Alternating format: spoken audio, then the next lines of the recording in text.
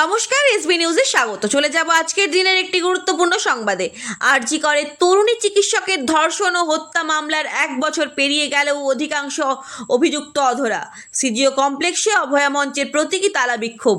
আরজিকর হাসপাতালে তরুণী চিকিৎসকের ধর্ষণ ও খুনের ঘটনার 1 বছর কেটে গেল প্রায়, কিন্তু এখনো পর্যন্ত মাত্র একজন সিভিক ভলেন্টিয়ার ছাড়া বাকিরা অধরা থেকে গিয়েছে। গোটা ঘটনার তদন্তের ভার কেন্দ্রীয় তদন্তকারী সংস্থা সিবিআই এর হাতে গেলেও বিশেষ অগ্রগতি দেখা যায়নি। প্রথম দিকে তদন্ত শুরু করে সিবিআই দাবি করেছিল যে আরজিকর হাসপাতালে ঘটনাস্থল থেকে বহু তথ্য প্রমাণ লোপাট করা হয়েছে।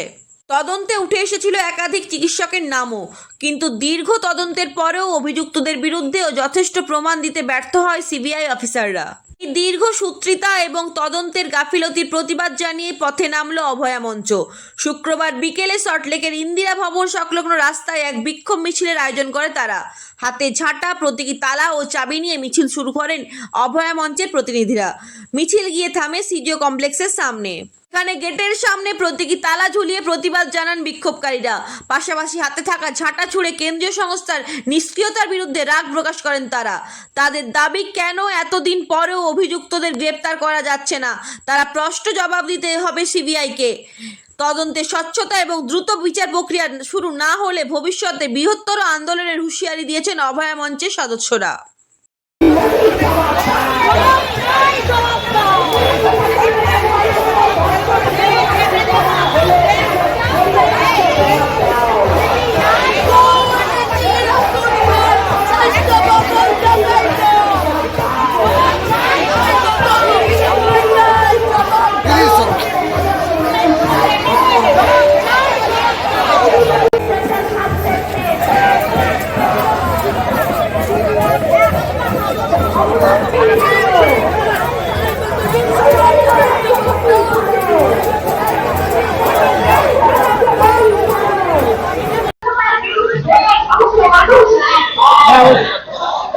চিৎকার করো।